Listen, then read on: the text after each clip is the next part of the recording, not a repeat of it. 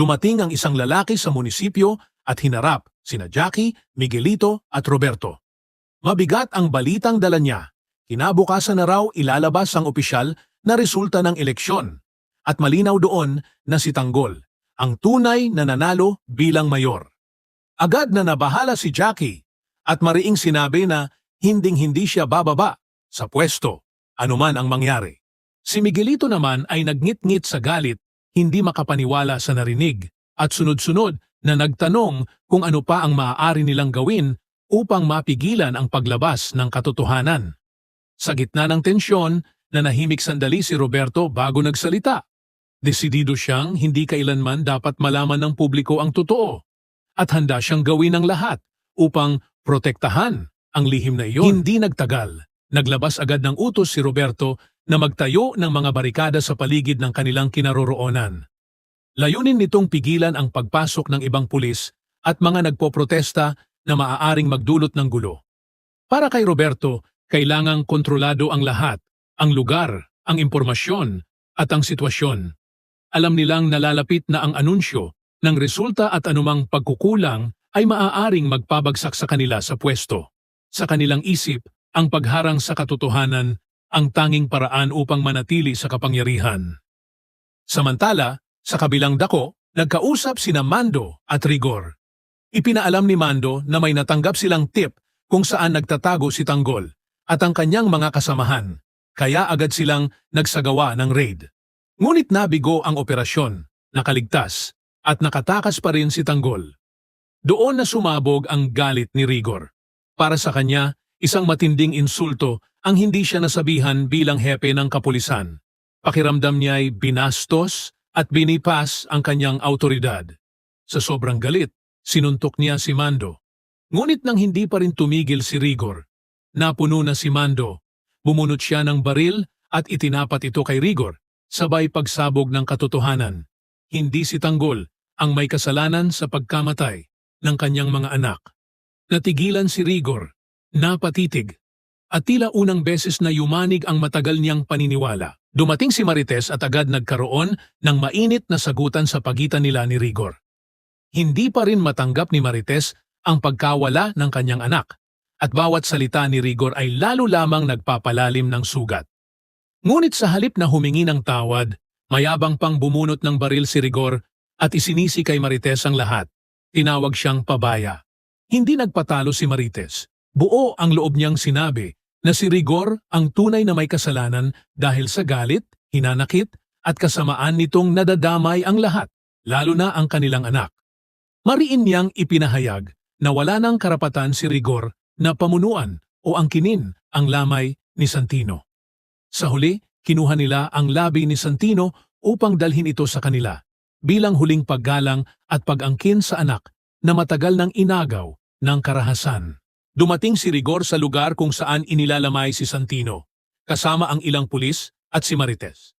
Halata ang galit sa kanyang mukha habang mariin niyang ipinag-utos na ilabas si Tanggol at isiwalat kung saan ito nagtatago. Nang mabalitaan ni Tanggol na naroon si Rigor, laking gulat niya at agad siyang nag-init sa galit. Handang harapin at gantihan ang lahat ng kasamaang ginawa nito sa kanya. Ngunit mabilis siyang pinigilan ng kanyang ama na si Ramon. Mahinahon, ngunit mariing pinaalala ni Ramon na hindi iyon ang tamang lugar at oras para sa gulo. Maraming inosenteng tao ang maaaring madamay. May tamang panahon para maningil. Dahil dito, pinili ni Tanggol na umatras at magmadaling tumakas, mas piniling iligtas ang mga inosente kaysa magpadala sa galit. Nagkita-kita ang mga kasamahan ni Tanggol at doon nila nakita si Enteng na tila nagmamadaling umalis. Inamin ni Enteng ang kanyang matinding pag-aalala. Ang kanyang ina ay inatake at nangangailangan ng agarang gamutan. Ngunit wala silang sapat na pera upang dalhin ito sa ospital.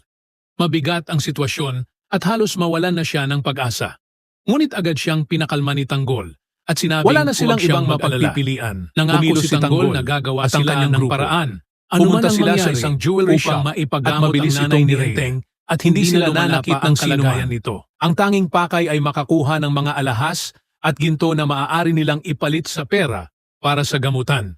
Habang abala ang iba sa loob, nanatili si Tanggol sa kotse, nag-aantay walang kaalam-alam sa nalalapit na panganib. Napansin naman ni Bulldog ang isang babae na palihim na pumindot ng alarm system. Sa sandaling iyon, alam niyang paparating na ang problema. Ngunit huli na upang umatras. Hindi nagtagal. Dumating ang mga pulis at agad na puno ng tensyon ang paligid.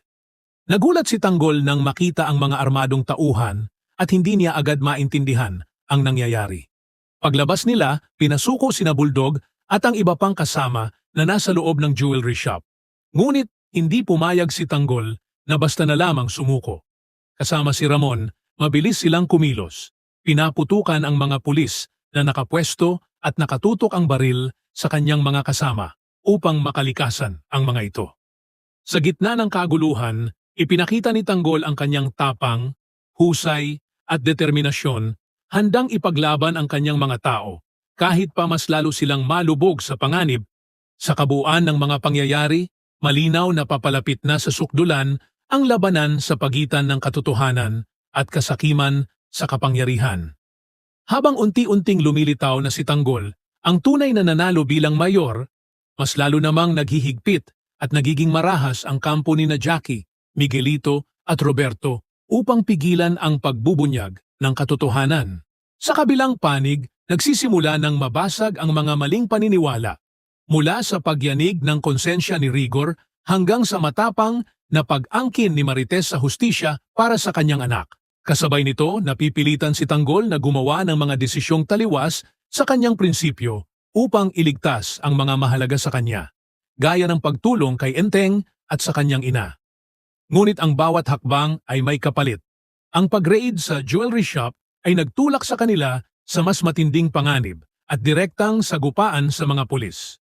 Sa huli, ang kwento ay umiikot sa iisang tanong. Hanggang saan ang kayang isakripisyo ni Tanggol para sa hustisya at hanggang kailan kayang pigilan ng mga makapangyarihan ang isang katotohanang pilit ng kumakawala? Ang laban ay hindi pa tapos, ngunit malinaw na ang bawat panig ay papalapit na sa puntong wala ng atrasan. Ibahagi ang inyong saloobin sa comments section.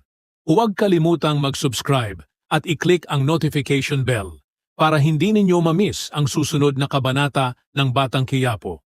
Maraming salamat sa panonood at magkita-kita ulit tayo sa susunod na kwento.